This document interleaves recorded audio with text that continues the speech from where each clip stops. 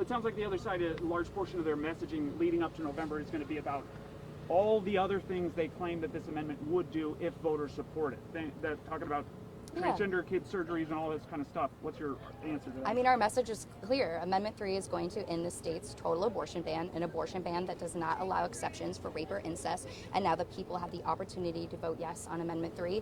And that's what we're really excited about and focused on today. We'll be out on doors this weekend for sure, knocking and getting out the vote for Amendment 3. Can you reiterate again what you kind of said about what this does for the future of initiative petitions and citizens putting something on the ballot? I mean, this is such good precedent. The fact that the court issued a letter today saying that the Secretary of State cannot throw us off the ballot, this protects direct democracy and the people's access to democracy moving forward in our state.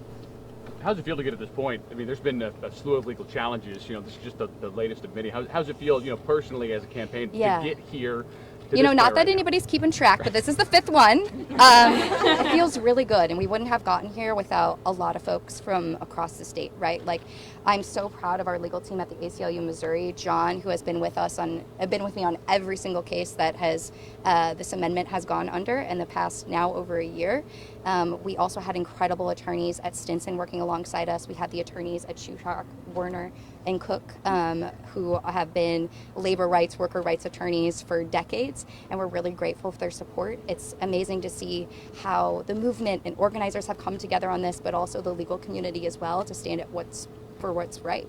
Judge Powell commented during court today that this was maybe the first of a case that was constitutional over statute, kind of the cross between the two, where before it was constitutional, statute. What precedent do you feel like this sets for future IPs where they would, in theory, interact with statute versus constitutionality? So we really need to see the court's opinion on this, right? Because all we have is a letter saying that we're for sure on the ballot. So just like you, our legal team is really interested in reading the court's opinion on this today. Are you prepared for more legal challenges potentially? Oh, I'm always ready. This is the fifth time we won. We're ready to win again if it comes to it, because, I mean, regardless, we're lawyers. We can talk to you all day about the legal precedent of why we deserve to win, but at the end of the day, this is an issue about the people accessing the right to the initiative petition process, and we so clearly have had that for over 100 years in our state. It's a process that we've used to do incredible things across the state in recent history, and will continue to do in the future. Are you expected to have to be back here if Ashcroft does not certify this, or if, in order to get him to do that? The Missouri State Supreme Court has final say on it. They demanded that he put it on the ballot, so it will be on the ballot. Can you put what's happened this week, the past several months, years, just in the broader context of what we're seeing in states where abortion is also going to be on the ballot? Yeah, I mean, we've seen politicians use unique and novel legal maneuvers to try to stop the vote of the people.